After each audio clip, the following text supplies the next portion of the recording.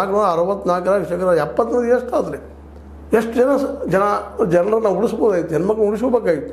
ಅದಕ್ಕೆ ಕಾರಣ ಅಂದ್ರೆ ಏನು ಕಾರಣಗಳು ಹುಡುಕಲ್ಲಿ ಪ್ರಯತ್ನ ಮಾಡ್ತಾಯಿದ್ದಾರೆ.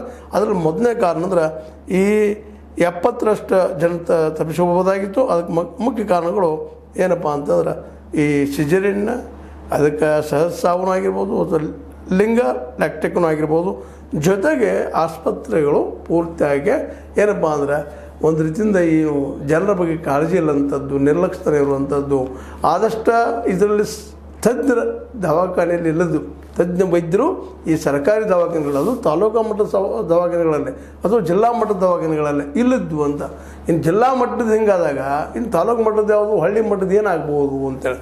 ಜಿಲ್ಲೆ ಮಟ್ಟದಲ್ಲೇ ನಮ್ಗೆ ಡಾಕ್ಟ್ರು ಸಿಗ್ತಾಯಿಲ್ಲ, ತಜ್ಞ ವೈದ್ಯರು ಸಿಗ್ತಾಯಿಲ್ಲ, ಕಾಳಜಿ ಸಿಗ್ತಾಯಿಲ್ಲ ಅಂದ್ರೆ ಮತ್ತು ತಾಲೂಕು ಮಟ್ಟದ್ದು ಹಳ್ಳಿಗಳ ಮಟ್ಟದ್ದು ಪರಿಸ್ಥಿತಿ ಏನಾಗಿರ್ಬಾರ್ದು, ಅಲ್ಲಿ ಎಷ್ಟು ಜನ ಸತ್ತಿರ್ಬೋದು ಅನ್ನೋಂಥ ಭಯನೂ ಹುಡ್ತದೆ. ಯಾಕಂದರೆ ಇಂಥವ್ರು ಹಾಕ್ಕೊಳ್ಳೋದು ಅನ್ನೋಂಥ ದೃಷ್ಟಿ ಇಟ್ಕೊಂಡ ಏನಪ್ಪ ಅಂದ್ರೆ ವಿಶೇಷವಾಗಿ ಈ ಒಂದು ಸಾವಿಗೆ ಏನಪ್ಪ ಪ್ರಮುಖ ಅಂಶಗಳು ಏನಪ್ಪ, ಸಾವಿನಲ್ಲಿ ಪ್ರಮುಖ ಅಂಶಗಳು ಏನಪ್ಪ ಅಂತಂದ್ರೆ ವಿಶೇಷವಾಗಿ ಲಿಂಗ ಲ್ಯಾಕ್ಟಿಕ್ ಕಾರಣದಿಂದ 17 ಸಾವಿಗಳಾಗ್ಯಾವ. ಬಳ್ಳಾರಿಯಲ್ಲೇ 5, ರಾಯಚೂರಲ್ಲಿ 4, ಬೆಂಗಳೂರು ನಗರದಲ್ಲಿ 3, ಉತ್ತರ ಕನ್ನಡ, ಯಾದಗಿರಿ ಮತ್ತು ಬೆಳಗಾವಿಯಲ್ಲ 1. ಇನ್ನು 10 ಪ್ರಕರಣಗಳಲ್ಲಿ ಆಸ್ಪತ್ರೆ ವೈದ್ಯರು ಮತ್ತು ಸಿಬ್ಬಂದಿಯ ನಿರ್ಲಕ್ಷ್ಯ. ಇದು ಇಲ್ಲಿ ಹೇಳುವಂಥ ಲೆಕ್ಕ ಕೊಡೋದು ಹೋಗ್ತಾರೆ ಏನು ಕಾರಣಗಳನ್ನಂತೇಳಿ ಅಂದ್ರೆ ಕಾಳಜಿ ಇಲ್ಲದಂಥದ್ದು ಅಂತ. ಮೂರನೇದಾಗೆ ಒಟ್ಟು ಸಾವಿನ ಪ್ರಕರಣಗಳಲ್ಲಿ ಶೇಕಡ 50ರಷ್ಟು ತಾಯಂದಿರ ವಯೋಮಿತಿ 19ರಿಂದ 25 ವರ್ಷಗಳವರಿದ್ದಾರೆ. ಮುಖ್ಯ ಪ್ರಮುಖವಾಗಿ ಗಮನಿಸಬೇಕಾದ ವಿಷಯಗಳೆಲ್ಲ ಇವು. ಯಾಕಂದರೆ ಇವರಲ್ಲಿ ಇನ್ನೂ ಶಕ್ತಿ ಇರ್ತದೆ. ಅಂಥ ಒಂದು ಶಕ್ತಿ ಇರುವಂಥ ಜನ ತಿರ್ಕೊಳ್ಳೋದಪ್ಪ ಅಂದ್ರೆ ಒಂದು ಆಘಾತಕಾರಿ ವಿಷಯ. ಮುಂದಿದ್ದಕ್ಕೆ ಇನ್ನೊಂದು ಕಾರಣ ಏನಪ್ಪ ಅಂದ್ರೆ ಅನಾರೋಗ್ಯಗಳು ಸಹಿತ.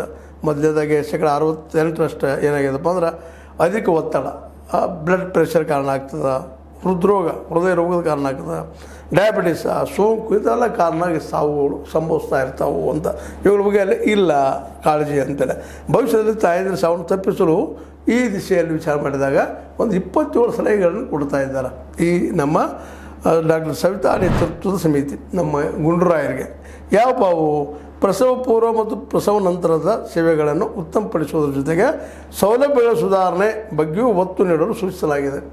ಎಲ್ಲ ಸೌಲಭ್ಯ ಕೊಡುವಂಥದ್ದು ಪ್ರಸವ ಪೂರ್ವ ಆಗಿರ್ಬೋದು, ನಂತರದಲ್ಲಾಗಿರ್ಬೋದು, ಅವ್ರಿಗೆ ಸೌಲಭ್ಯ ಕೊಡೋದು ಎಲ್ಲ ಸ್ವಚ್ಛ ಇಡುವಂಥದ್ದು ಆಗಬೇಕಾಗಿದೆ. ಮುಂದೆ ಸೌಲಭ್ಯಗಳ ಸುಧಾರಣೆ ಬಗ್ಗೆಯೂ ಒತ್ತು ನೀಡಲು ಸೂಚಿಸಲಾಗಿದೆ.